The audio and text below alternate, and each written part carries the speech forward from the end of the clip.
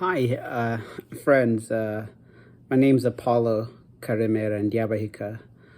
Some of you may know me, but there are probably many of you who have never heard of me and probably wouldn't know me. But originally from a country called Uganda. But what's really interesting with this country that we call Uganda is the question about who is a Ugandan. My dad, the late Reverend Canon James Francis Ndiaweka, used to work for a company called African Evangelistic Enterprise along with my mom, Reverend Canon Grace Ndiaweka. And one of the slogans that the late Bishop Festo Kivenjere had on many of the vehicles that they used, especially those combis, coming out of the war with Idi Amin, was "Come, let us build Uganda." And that was out of Nehemiah chapter 2, verse 17. But one thing that's really interesting is that if you look at my family, where my grandfather came from, one look at his last name and you're like, that doesn't look like a Ugandan last name. Some of you who know a little bit of history may recall how borders got redrawn in the early 1900s, and large parts of southwestern Uganda, which were in Rwanda, were reallocated to Uganda when the Germans were being penalized. And other parts of Uganda got redrawn. The northern part, a lot of South Sudan was Uganda. And then on the eastern side, we stretched all the way to Naivasha and then redrawn again to Kisumu and then redrawn again to where they are now. So if some of you may remember Obama, his dad was actually born in what was Uganda at one point.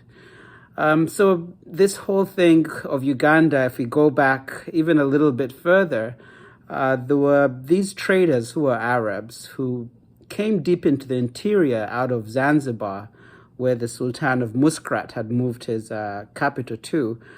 And they came to this land where they found some people who they called the Wakanda.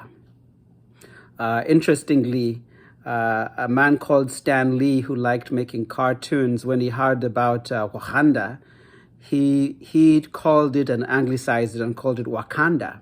And some of you may have heard about the Wakanda movie. So when the British come later on and they're negotiating with, I believe, the regents, there's a young king, and they're trying to come to an agreement called the Buganda Land Agreement, they kind of patronized the Baganda and said, you know what if we call this land Uganda? And Uganda was to encompass a lot of other tribes, the other fairly large kingdoms as well, to the west.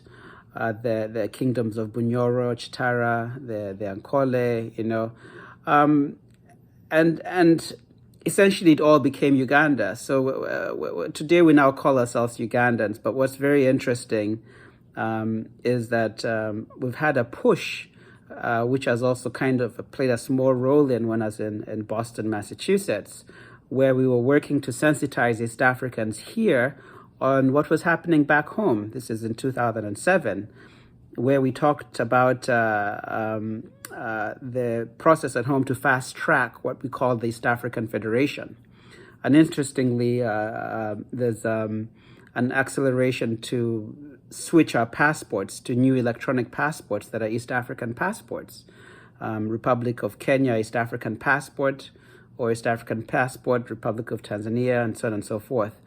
So basically, at some point in the future, we're hopefully going to call ourselves East Africans.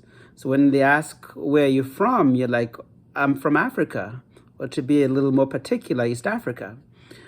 So the challenge that I have for us today is that for this small country of ours and this very tiny island that we call Earth, this country, Uganda, let's work to build it. Let's work to make things better. Our moral fabric has really, really, really taken a beating. There are many who care very deeply from our country, and some people wouldn't think that they do, but they're there. And for those who know what is right, let's stand up and make sure that we do what is right. And for those who are not doing what is right and who are in the wrong, our prayer to you is that you have a change of heart. Because living a life of greed doesn't pay in the end. All these things that we have here are just for a very short time. Some of you, if you're lucky, you may live to be 100, but most of us won't. You know, we just have a few days. I mean, I turned 48 in a few days, and once I'm there, then it's just another 14, 15 years until I retire. So our days are all numbered. And in the good book, we read about a man who thinks he has everything he needs in the world, and there's nothing that he thinks he would need because he feels all powerful. But he's challenged that this very night, your soul can be required of you. And then when that happens, everything that you have here goes to naught, because everything here is really just dust. We are dust, and everything you see around you is just dust that's in one form or another. So let's look to things that are of value, things that will last forever. Let's look towards love. Let's look to build integrity. Let's look to be upright people. We all remember the late Thomas Sankara, who was like, no, but this country, Upper Volta, we've really messed things up. We need to actually even just change the name of the country to Burkina Faso, the land of the upright men. So even us as Ugandans, in a small area of Africa and a small area on this planet, let's look to build our country, Uganda. Let's look to unite with one another, to make things better for the least amongst us. Make sure that everyone's cared for. Remember how it was with the village when someone went out and hunted and killed a big animal. Everyone in the village ate. We all worked together communally. We all helped bring the harvest in. We all helped build each other's houses.